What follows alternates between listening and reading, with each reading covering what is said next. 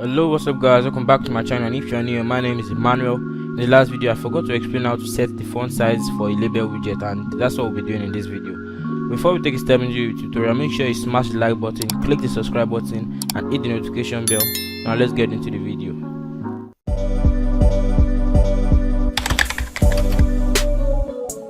Firstly, we'll start with using the popular font class to set the font type for a label widget. Okay, so to do that, you come up here and do from Tkinter.font import font. So I'll show you how to do this. Most people don't do this. Most people don't do it this way. So how do you do this? We're gonna come up here, down here rather. Then let's call it hello font. Then we're gonna say font. Yeah, so this takes the basic arguments we're going to be using most times are just family. So family is just the name of the font. Now before I run this, let me run the code. Let me just comment this Ctrl/.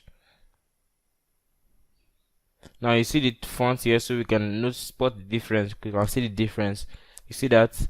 Now we're gonna do Ctrl// and comment that. Then family, let's give it Korea for now.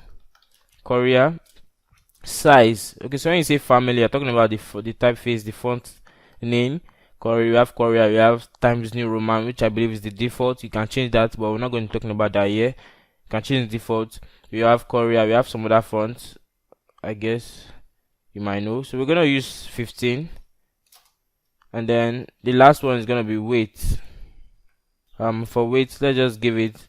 Now when it comes to weight, there can only be two param arguments. You can either use bold or normal.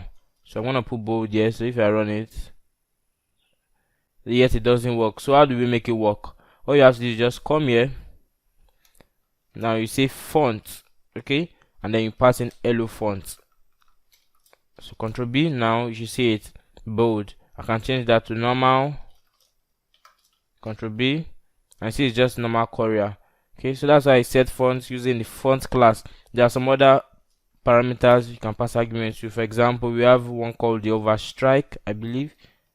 Man, it's been long since I used Tkinter. Anyway, so overstrike, so you can either use 0 or 1. So 1 means true, which means you want an overstrike. If you run that, you can see just a line across the text. You also have underline. I believe you know what that does already. Underline, we're gonna do 1, and then it underlines the text as well. So 0 for no and 1 for yes. You want that to happen. So that's how that works basically. Now we also have one called slant. Okay, if you want your text to be italic or just normal Roman, you can choose. So if I do slant, hopefully this has a slant type, but of course italic, I mean. Okay, if I run that, as you can see, it's italic. Okay, just slant, italic, or Roman. I believe Roman is the default Roman. If you do that, Roman, just straight up. Now let's see the popular option using the font parameter when creating the label widget. Okay, so we've seen this already. You don't need to uncomment that. Now the other way you can do it is just to come here and just, I believe this is what most of you would like, just do this and then pass the family size. So I'm going to change it here. I have a font on my system called Helvetica. Okay, I'm going to use Helvetica. Give it a size of 20 so you can really see the big difference. And then let's just make it normal. You don't have to pass normal, you can leave it as this anyway. So if I do Ctrl B, as you can see, the difference is clear. I can make this bold, and if I do it now, you see it's where it's bold. Okay, now that's how you use this font class and how you use this. So not most times you're using this font class when you want to use this font over and over again, so you don't have to type this many times, and then you can always change your font type from here. Okay, it depends on how you are building it. If you're going to use it once, just use this. By the way, if you see a code where BG and FG is used to set the color attributes in label widgets, that's a TK label widget. So what I mean is, if I do to set the background of this, we have to do background blue and foreground. Okay, but some codes you might see BG. I'm just saying this for those who don't really know about this. If I run it, we're gonna see an error. But if I change this to TK, it should work. But of course, padding doesn't work for TK. Yeah, this padding doesn't work for TK.